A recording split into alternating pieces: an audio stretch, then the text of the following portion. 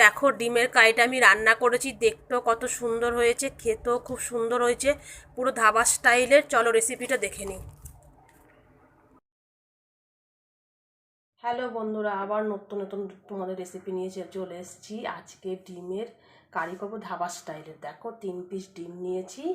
তো কি কি লাগছে চলো দেখি। পেঁয়াজ, রসুন, আদা, লঙ্কা আর হচ্ছে ধনে পাতা, এইগুলো একটা পেস্ট করে নেব। তার সঙ্গে যা যা লাগবে সব তোমাদেরকে দেখাবো একটু পরে। এই দেখো ডিমগুলো কেটে নিচ্ছি একটু করে, যাতে মশলাটা ভালো করে ভেতরে ঢোকে।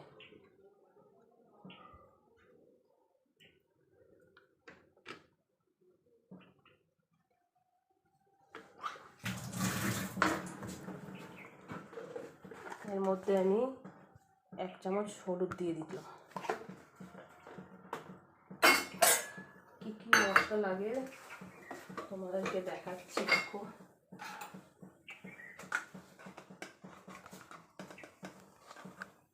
8 চামচ ধনের গুঁড়ো দিলাম, হলুদ গুঁড়ো দিলাম, জিরের গুঁড়ো দিলাম,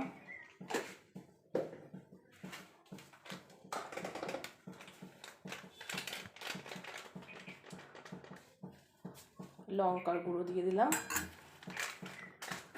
এবার আমি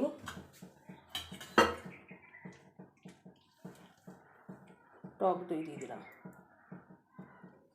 দিয়ে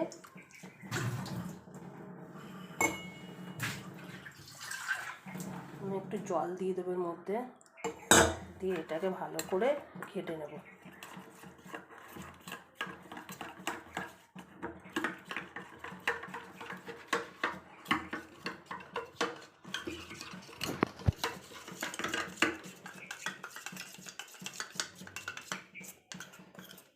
এটা এবার রেখে দেবো। এবার আমি মশলাটা পেস্ট করে নেব। এই দেখো 4টে কাঁচা লঙ্কা দিলাম, ধনে পাতাগুলো দিয়ে দিলাম, আদা রসুন দিয়ে দিলাম, 2টো পেঁয়াজ নিয়েছি।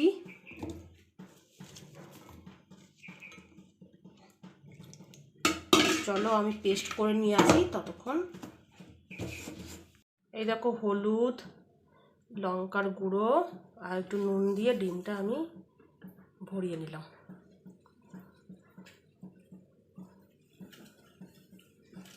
এবার চলো দেখি, কড়াইতে তেল দিই, দিয়ে এবার ডিমটা ভাজবো। আর আমি পেস্টও করে নিয়েছি মশলা, আদা রসুন কাঁচা লঙ্কা ধনে পাতা। চলো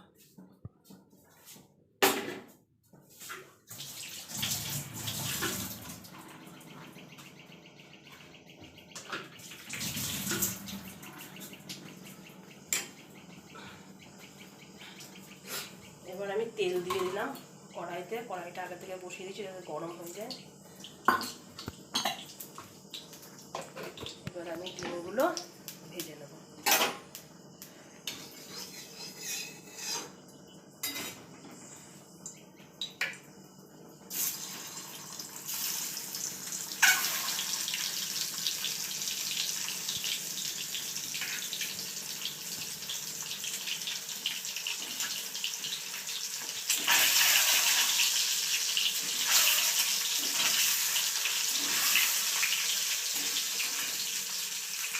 ডিমগুলো আমি বেশি সিদ্ধ করে নিই, একটু হালকা কাঁচা কাঁচা রয়েছে, যাতে খেতে খুব ভালো লাগবে।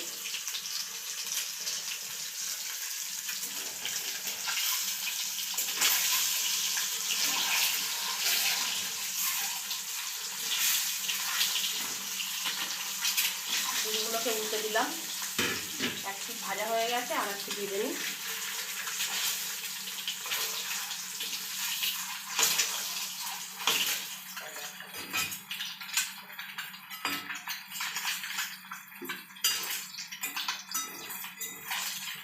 এবার আমি ডিমগুলো নামিয়ে নেব।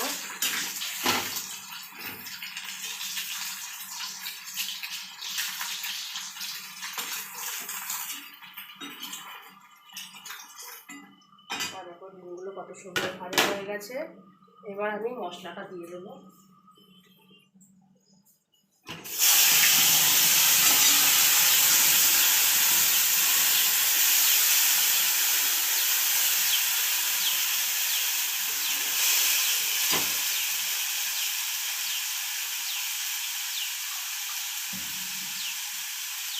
এবার আমি এটা ধুয়ে একটু মশলার জলটা দিয়ে দিলাম। এতে আমার এখানে নুন রাখা আছে, নুনটাও দিয়ে দিলাম, হলুদ গুঁড়ো আর লঙ্কা গুঁড়ো রাখা আছে। এই দেখো মশলাটা কষিয়ে নিচ্ছি আমি, ভালো করে নেড়ে নিলাম। এবার আমি একটুখানি চিনি দিয়ে দেবো, এতে একটুখানি কালারও হবে, খেতেও ভালো লাগবে।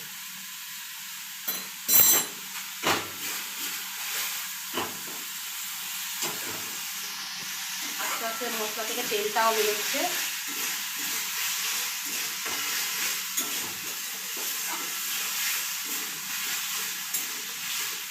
আমি এবার এটা একটু বন্ধ করে দিলাম, একটু ঠান্ডা হয়ে গেলে তারপর বাকি মশলাগুলো আমি দেবো ওতে, ততক্ষণ আপনারা দেখতে পাবেন। মশলাটা দিয়ে দিলাম, দেখো এবার একটু জল দিয়ে অ্যাড করবো, দিয়ে আবার এটা কষিয়ে নেবো।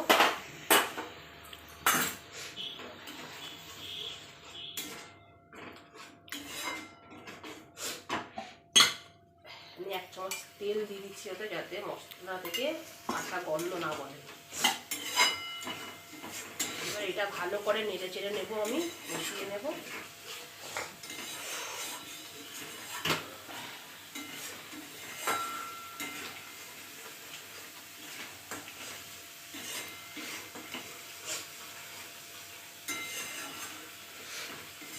এটা রাতে রুটি দিয়েও পরোটা দিয়েও খেতে পারেন আপনারা সবাই।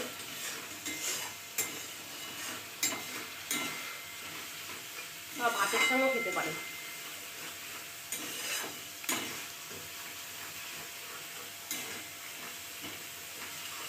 এবার আমি আবার একটু জল দিয়ে দিলাম।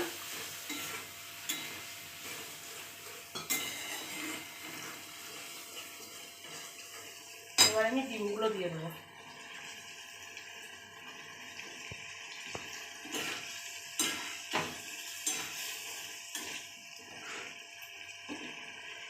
ততক্ষণ এটা ফুটুক, আমি ততক্ষণ একটু গরম মশলা অ্যাড করবো।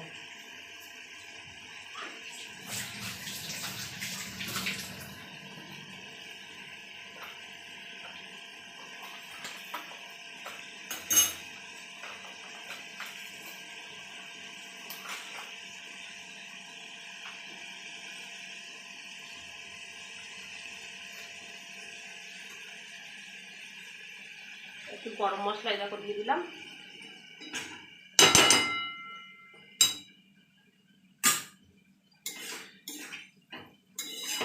চলো এবার আমি এটাকে প্লেটে সুন্দর করে সাজিয়ে নিয়ে আসছি।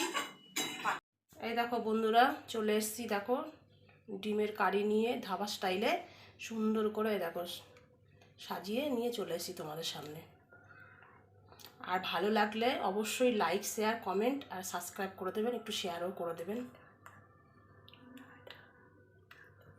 টাটা।